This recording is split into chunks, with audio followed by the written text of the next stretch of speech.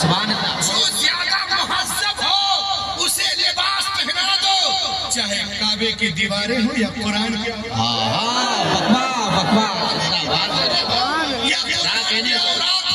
یا مزارات اولیاء اللہ ہو، جو مہذب ہو اسے لباس پہنا دو. اے ضیاء الاسلام میں آنے والوں، ارے کیا تم نے کسی ناول کو دیکھا ہے؟ کسی ناول کو جو جزدان میں لپٹا ہوا ہو؟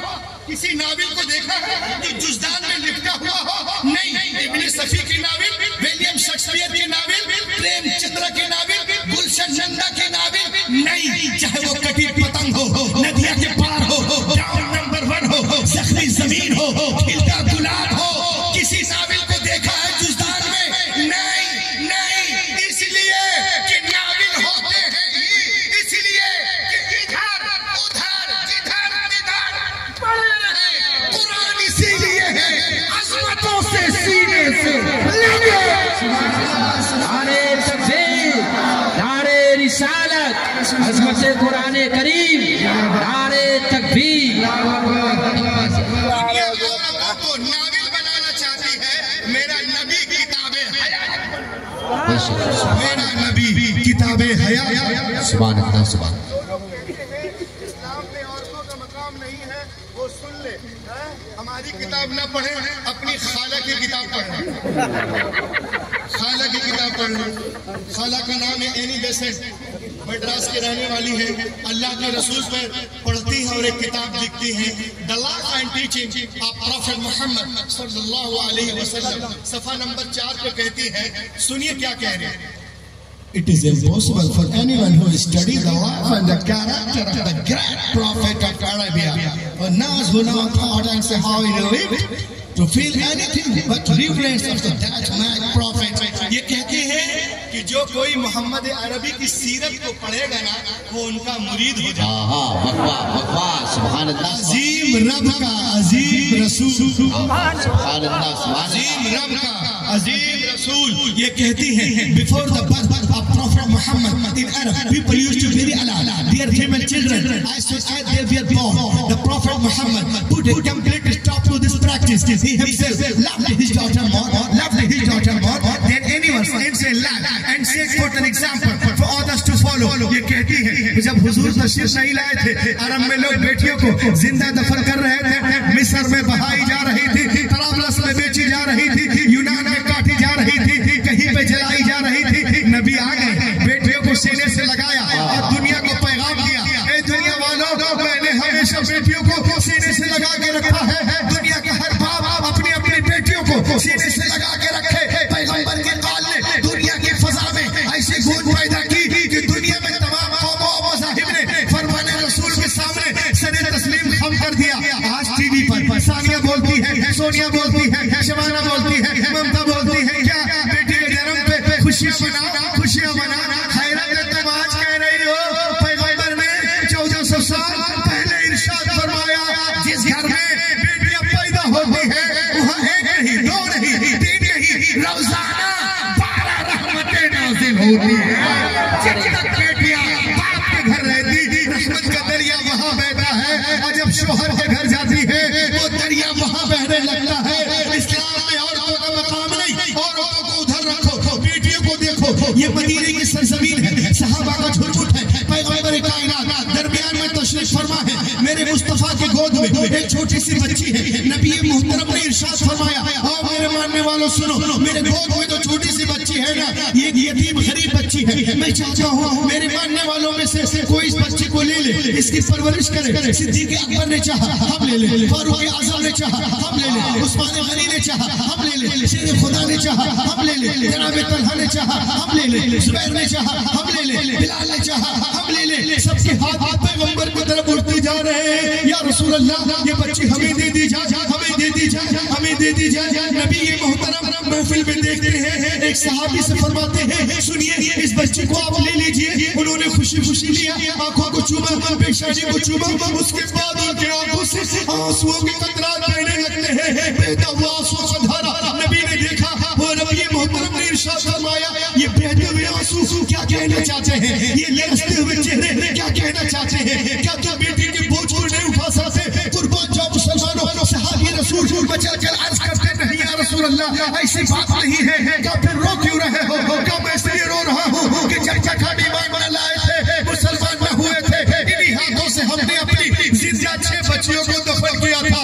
या रसूल अल्लाह, ये आपकी आमद का सस्ता है जो अपनी बच्चियों को जिंदा दफन कर रहा था, जमीन में गाड़ रहा था, पैदा होते ही गला दबा रहा था।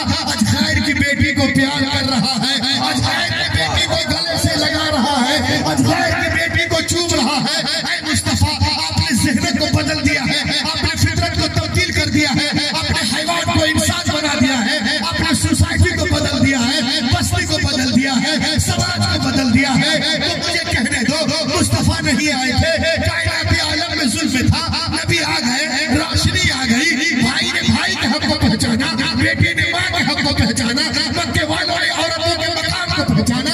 बेटी हमारी जा रही थी, अब मुस्कुरा रही है, किसके सर से? आमिना के लाल के सर से। यतीमों को कोई पूछने वाला न था, मगर अब दस्ते शशत है, किसके सर से? आमिना के लाल के सर से। विवाहों को लोग अभागड़ कह रहे थे, सरकार आ गए, सुहागन बन रही है, किसके सर से? आमिना के लाल के सर से। तो ऐसे इस्लाम के जलसे में आने वालों, तुम भी कहो, मुझे भी कहने दो, अगर 15 अगस्त को हिंदुस्तान आजाद हुआ है, तो 12 रबीउल अव्वल के दिन सारा जहान आजाद हुआ है। अगर 15 अगस्त को लोगों के जिस्म आजाद हुए हैं, तो 12 रबीउल शरीफ की सुबह शादी के बाद जिस्म ही नहीं, वल्लाह रूहें आजाद हुई है, आत्माएं आजाद हुई है। मुस्तफा के जिंदाबाद जिंदाबाद, सुभान अल्लाह सुभान अल्लाह। नारे तकबीर, नारे रिसालत। हजरत अल्लामा मौलाना डॉक्टर रूहुल अमीन साहब किबला मसलके आला हजरत उलमाए अहले सुन्नत, नारे तकबीर, नारे रिसालत। वाह वाह माशाअल्लाह, सुभान अल्लाह। एक चीज और देखिए आप बड़ी तेजी के साथ, ये मेरे हाथ में एक किताब है जिसका नाम है the secret life of planets. हम लोगों में मशहूर है इस्लाम में कि कायनात में हर शय अल्लाह की तस्बीह बयान करती है, हवा, मिट्टी, पानी, शजर, हजर, इंसान वगैरह वगैरह। आज साइंस ने भी इस बात को प्रूफ किया किताब को लिखकर कि जितने भी हरे भरे दरख्त हैं, ये हैं, जानवर हैं, ये भी रोते हैं, चीखते हैं, चिल्लाते हैं। आइए मैं आपको बताऊं, और अल्लाह की तस्बीह बयान करते हैं, मगर हम इसकी तस्बीह को समझ नहीं सकते। हाँ, अलबत्ता अज़्ज़ा वजल अगर किसी को ये सलाहियत दे दे कि उसकी तस्बीह को समझ सके तो ये बात अलग है। तो मैं आपको बताऊं कि बचपन से एक जहन में बात पैदा, एक सवाल मेरे जहन में था कि जो अरबों खरबों के एतबार से ये जो कुफार मुशरिकीन हैं, ये कैसे खुदा को याद करते हैं जब कायनात की हर शय अल्लाह की मसले बयान करती है। जिनको 3 मिनट की अजान पसंद नहीं है, मस्जिद, टोपी, दाढ़ी, हिजाब, पर्दा पे जो लोग रात दिन भौंकते रहते हैं, ये कैसे खुदा को याद करते हैं। तो ये जहन में बात थी, लेकिन जब मदरसे में गया, उलमा की सोबत मिली, तो मुझे पता चला। आइए मैं आपको बताऊं, मैं जिस शहर में रहता हूं वहाँ बड़े बड़े डॉक्टर हैं, बड़े बड़े हॉस्पिटल हैं। एक मतलब एक डॉक्टर ने मुझसे कहा, गौर से सुनना मौलाना, तुम मेरे हॉस्पिटल आना, मैं तुम्हारा एकोकार्डियोग्राम करूंगा। क्या करूंगा? एकोकार्डियोग्राम करूंगा। मैंने कहा ये क्या होता है जी? कहा कि ये इंफॉर्मेशन है, एक टेस्ट है दिल के लिए जो बहुत सारे इंफॉर्मेशन को कलेक्ट कराता है कि दिल में कितना वायरल कंडीशन क्या है, कहीं सूजन तो नहीं, कहीं छेद तो नहीं, कहीं लीक तो नहीं, सब कुछ बता देगा दिल के अंदर क्या क्या है। हमने कहा अच्छी बात है, लो भैया। एक दिन हम उनके हॉस्पिटल पहुंच गए, उन्होंने मुझे इस तरह लेटा दिया जिस तरह ये आदमी लेटा हुआ है, गौर से। और उनके पास जितने आला मशीन, खुरबीन, अप्पू, चप्पू, डब्बू है, सब कुछ लगा दिया। अब मैं ऐसे बेड पे लेटा हुआ हूँ, और लेटने के बाद में वाकई में स्क्रीन पे सब कुछ दिख रहा था, सब कुछ दिख रहा था, दिल के अंदर क्या चल रहा है वगैरह वगैरह।